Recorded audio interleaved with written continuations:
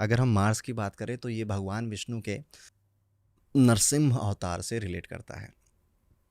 नरसिंह अवतार की जो कथा है, सो एक राक्षस था, उसका नाम था हिरण्यकश्यप। हिरण्यकश्यप का एक पुत्र था जिसका नाम था प्रहलाद। हम्म। अब हिरण्यकश्यप अपनी आर्मी तैयार कर रहा था कि विष्णु जी को हराना है और पूरे त्रिलोकों का मालिक बन जाना है। तो वो कट्टर एनिमी ऑफ विष्णु जी, बहुत क्रिटिक था, बहुत बड़ा। अब उसके घर में एक ऐसा संतान पैदा होती है जो कि हरि भक्त है।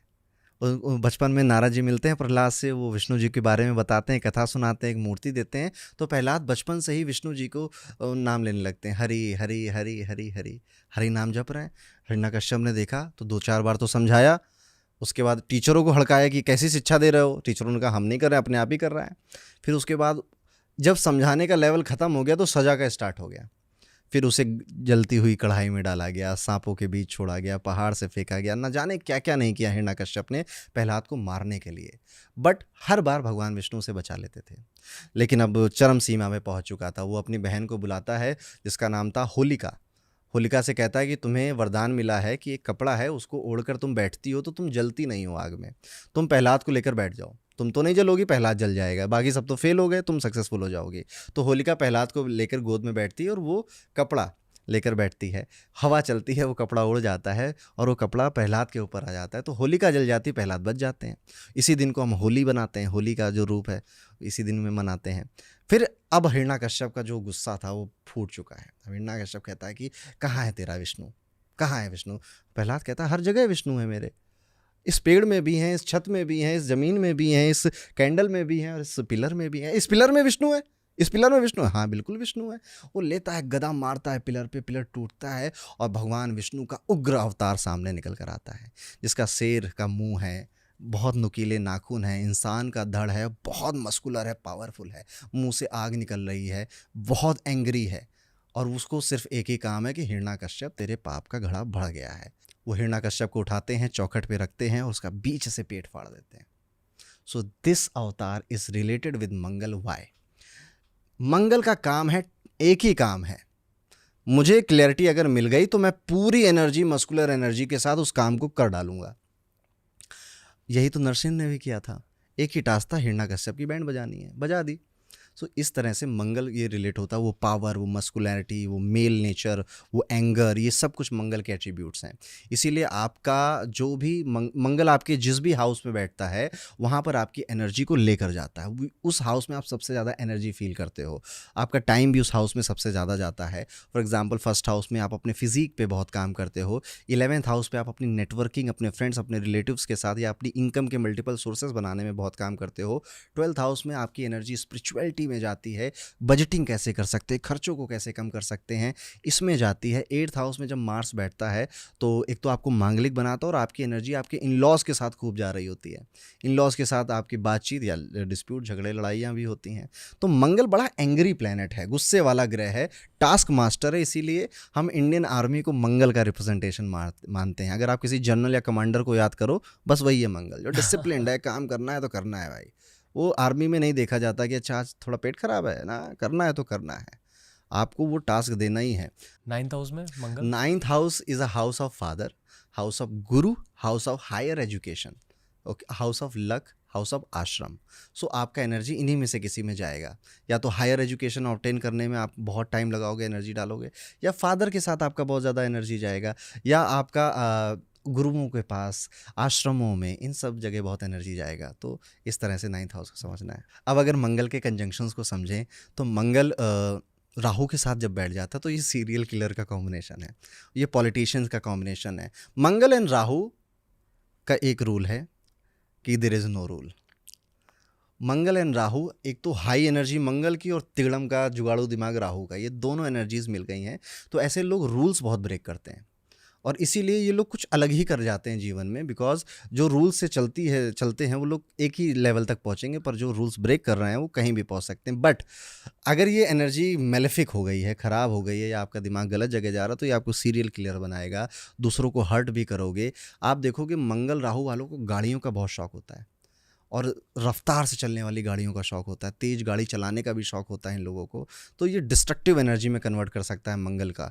लेकिन अगर आप इसको पॉजिटिव में लगाओगे तो you can do anything in this world, अगर आप इसको पॉजिटिवली लगा रहे हो। मंगल राहु, अभी मंगल का जो कंजंक्शन है आप सन के साथ समझो, तो मार्स एंड सन टुगेदर, तो एक राइचियस है, एक ईगो है, एंगर है, और इधर भी एंगर है। सो सन एंड मार्स ये हॉट हेडेड होते हैं, इनका दिमाग गर्म है, गुस्सा आया तो आ गया, बहुत तेज आता है फिर गुस्सा, इनका गुस्सा सह नहीं सकते। इवन इनके फादर भी हॉट हेडेड हो सकते हैं, थोड़े से स्ट्रिक्ट डिसिप्लिन्ड हो सकते हैं इनके फादर भी, क्योंकि sun represent father, Mars represent anger and strictness. So आपके फादर के साथ भी ये एनर्जी जा सकती है। मार्स सिटिंग विद मरकुरी, ये बहुत अच्छा कॉम्बिनेशन नहीं माना जाता, क्योंकि मार्स को अगर कोई हरा सकता है तो वो मरकुरी है। वाई? मार्स एक कमांडर है, आप इसको समझिए कि एक राज्य का सेनापति है, और मरकुरी उस राज्य का राजकुमार है। तो कमांडर कितना भी पावरफुल हो, बट राजकुमार छोटा भी है तो उसके सामने उसका कुछ नहीं चलता, ठीक है। That is why Mars and Mercury are enemy of each other. जब ये मार्स एंड मरकुरी आते हैं साथ में तो भाई भी परेशान, बहन भी परेशान। इस कॉम्बिनेशन से Mercury represent your sister and daughter, Mars is your brother. तो ये किसी के भी कॉम्बिनेशन, लेट्स सपोज किसी फीमेल के चार्ट में है, सो ब्रदर को भी करियर मैरिज लाइफ के इश्यूज़ हैं, और सिस्टर को भी करियर एंड मैरिज लाइफ के इश्यूज़ हैं। तो ये इस तरह का कॉम्बिनेशन है। और अगर आप मार्स को समझोगे वीनस के साथ, oh my God, this is a very beautiful combination. अब इसकी एनर्जी अपने स्पाउस में जाएगी, एक्टिविटीज़ में, हाइपर सेक्सुअल होते हैं ऐसे लोग।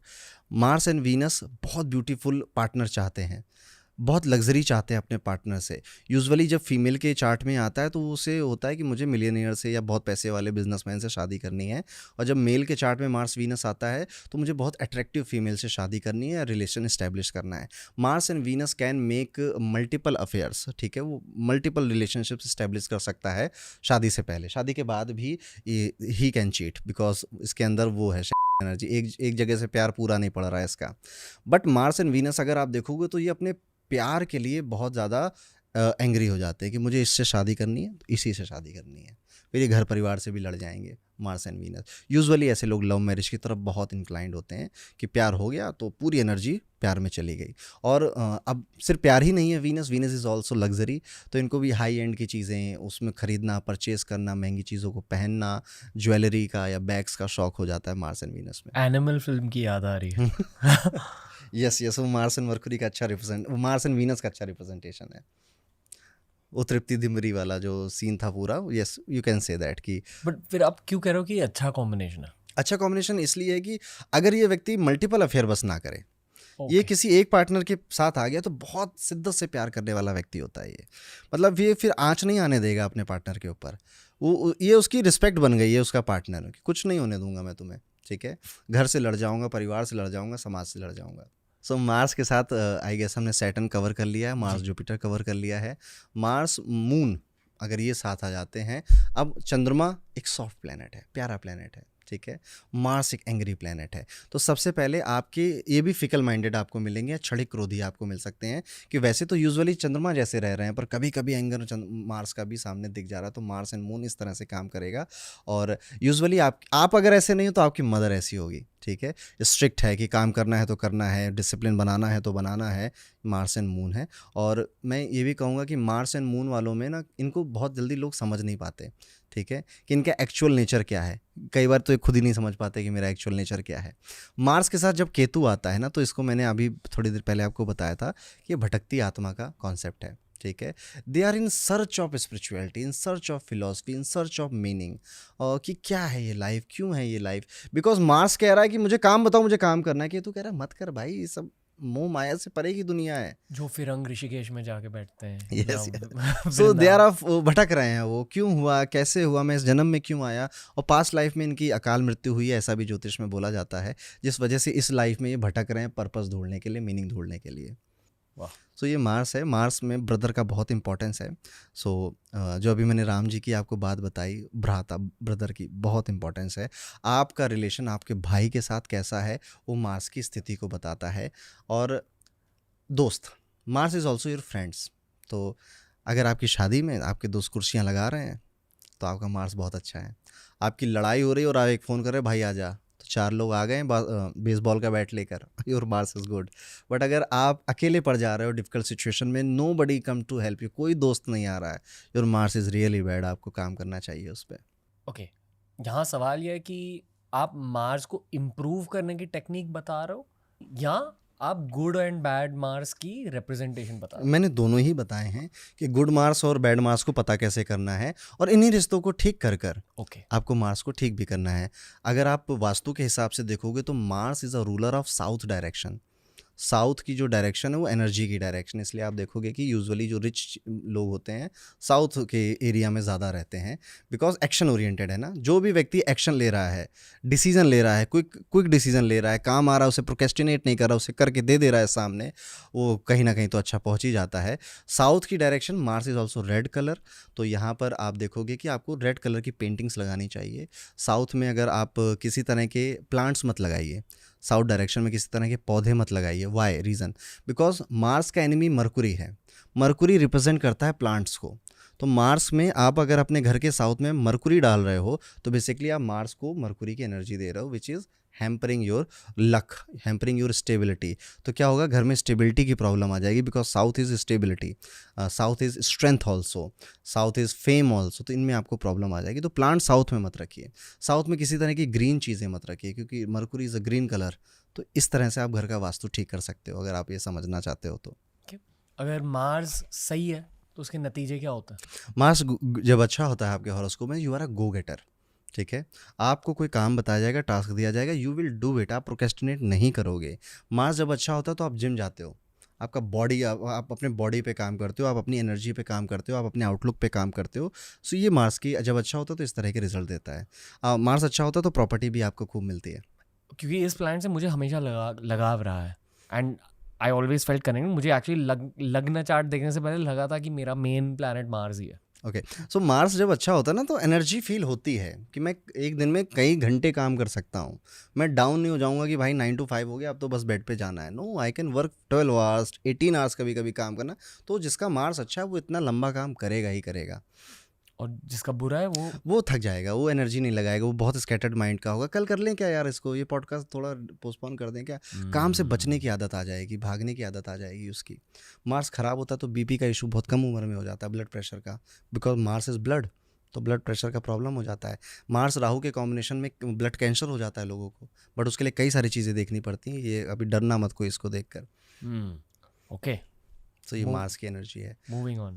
तो साउथ का भी आई गेस मैंने आपको मार्स से रिलेटेड बता ही दिया। जो आपने कहा कि अगर इसे इम्प्रूव करना है तो भाई के साथ रिश्ते अच्छे रखने चाहिए, कज़न ब्रदर भी चलता है? यस, अगर आपका कोई रियल ब्रदर नहीं है तो भाई जैसे लोग हैं, जो जैसे मदर नहीं है लेट्स सपोज किसी की, तो मदर फिगर कोई है, अगर फादर नहीं है तो फादरली फिगर कोई है, तो वो एनर्जी वो कैरी कर रहा है। हाँ जी, ब्रोज आपके ब्रोज की ब्रदरहुड। energy। मतलब जो आपको ज़िंदगी में खास दोस्त मिलते हैं, जो ब्रोज मिलते हैं, उनका भी एक स्पिरिचुअल एंगल रहता है आपकी लाइफ में। यस, आप जितने लोगों से मिल रहे हो, everybody has a meaning in your life.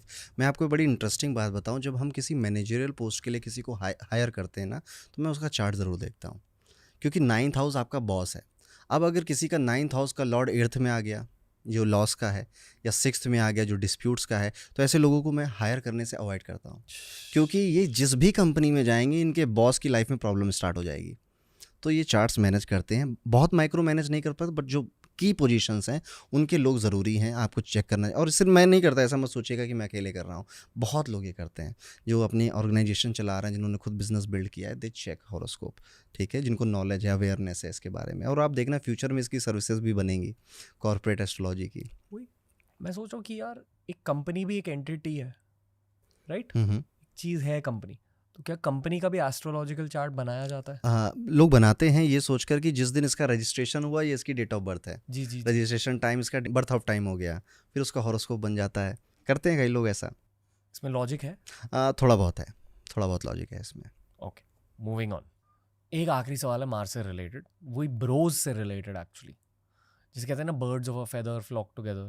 मतलब जो आपका ब्रोज का ग्रुप है, जो आपका दोस्तों का ग्रुप है, अक्सर थिंकिंग अलाइक होती है। बैक बेंचर्स गुण नहीं मिलते, अवगुण मिलते हैं।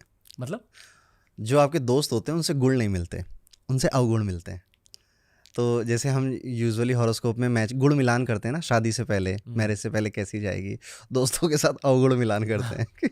जो मैच नहीं हो रहा आज नहीं, अवगुण मतलब बुरी आदतें, ठीक है, तो वो है। मैच हो रही है कि आपकी लाइकिंग भी वैसी है, वो भी लाइकिंग वैसी है, तो दोस्ती अच्छी चलती है उनसे। हाँ सही है। मैं यही सोच रहा हूँ कि मान लो एक ब्रोस का ग्रुप है, मेरे कुछ ऐसे दोस्त हैं ना जो अभी बचपन से रहे हैं और कभी मेरी जिंदगी से निकलते ही नहीं, कोशिश भी करी है मैंने निकालने की पर निकलते नहीं। So Mars is really good. Okay.